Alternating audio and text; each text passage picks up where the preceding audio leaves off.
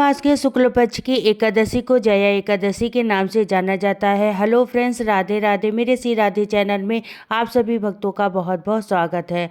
Friends, आज की video में मैं आपको जया एकादशी की व्रत कथा सुनाऊंगी। जया एकादशी की शुभ तिथि तथा पारण का शुभ समय बताऊंगी। एकादशी को भगवान विष्णु के स्वरूप श्री कृष्ण जी की पूजा की जाती है। शास्त्र के अनुसार जया एकादशी का व्रत करने से मनुष्य भूत पिशाच योनि से मुक्त हो जाता है। जो कि जया एकादशी का व्रत करते हैं उन्हें मोक्ष की प्राप्ति होती है। कभी भी उन्हें भूत पिशाच की योनि में नहीं जाना पड़ता है। ऐसा माना जाता है कि जिसे भी जया एकादशी का व्रत कर लिया है उन्हें मानो सब प्रकार के तप योग दान कर लिए हैं। अब मैं आपको जया एकादशी की तिथि तथा पारण का समय भी बताने वाली हूँ। जया एकादशी का व्रत इस वर्ष 2026 में 29 जनवरी को दिन गुरुवार को किया जाएगा और व्रत का पारण 30 फरवरी को सुबह में 7 बजे से लेकर 9:15 तक का समय है।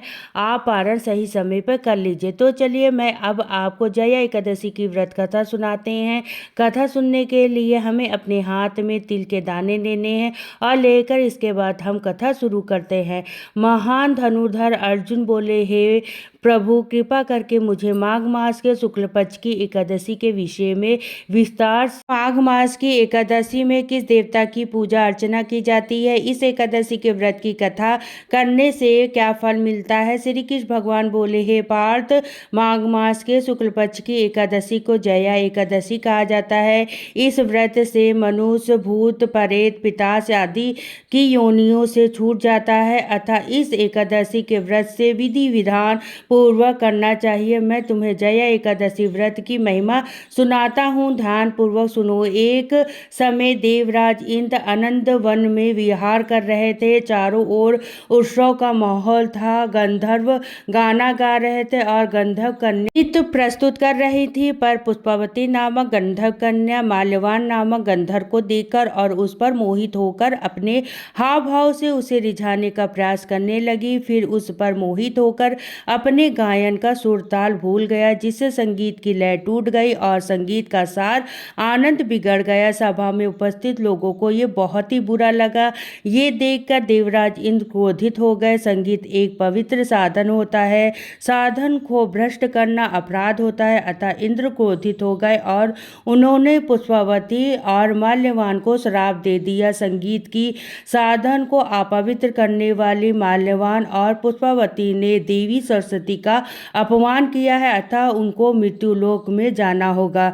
गुरुजन की सभा में संयम और लज्जाजनक प्रदर्शन करके तुमने गुरुजन का भी अपमान किया है, इसलिए उन इंद्रलोक के निवास के बदले तुम पिशाच योनि में जाओगे और वहीं पर जीवन व्यतीत करोगे। इंद्र का श्राप सुनकर वो अत्यंत दुखी हो गए और हिमालय पर पिशाच बनकर दुख पूर्वक जीवन व्यतीत करने लगे। उसमें गंधर्व रस पर आदि का ज्ञान नहीं था, वहीं उन्होंने ऐसा ये दुख सहन करना पड़ रहा था। रात दिन उन्हें एक भीषण नींद भी नहीं आती थी। उस स्थान पर अत्यंत सर्दी थी, जिसके कारण कि उनके रोंगटे खड़े हो जाते थे और हाथ पैर सुन्न पड़ जाते थे, दांत किटकिटाने लगते थे। एक दिन पिशाच ने अपनी स्त्री से कहा, नामालूम हमने पिछले जन्म में कौन से पाप किए थे जिससे हमें इतने दुखदायी ये पिशाच योनि प्राप्त हुई, और पिशाच योनि से अच्छा तो नरक का दुख सहन करना होता है। इस प्रकार अनेक विचारों को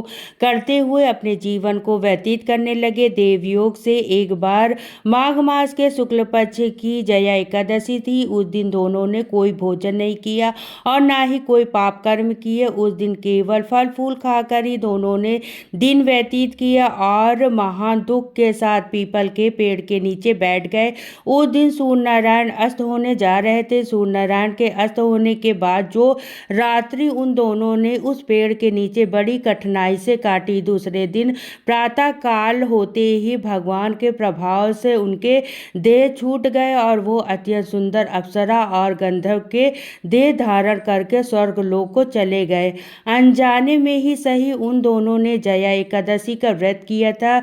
इसके प्रभाव से उन्हें पिशाच योनि छूट गई। उनके प्रभाव पाप नष्ट हो गए और वो दोनों स्वर्ग में चले गए। उस समय आकाश में देवगण तथा गंधर्व उनकी स्तुति करने लगे। नरकलोक में जाकर इन दोनों ने देवराज इंद्र को प्रणाम किया। इंद्र को भी उन्हें इस रूप में देखकर महान आश्चर्य हुआ था और इंद्र ने पूछा, तुम्हें पिशाच योनि से मुक्ति कैसी मिली? उसका पूरा विवरण मुझे सुनाओ। इस पर माल्यवान बोले, हे भगवान विष्णु के प्रभाव से जया एकादशी के व्रत का पूर्ण फल हमें प्राप्त हुआ, जिससे हमारे पिशाच योनि छूट गई।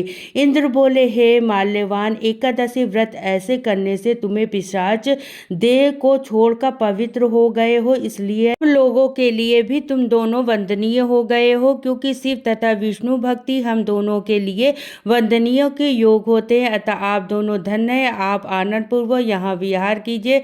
पर भगवान श्री कृष्ण बोले, हे कुंती पुत्र, इस जया एकादशी का व्रत करने से भूत योनि से मुक्ति मिल जाती है।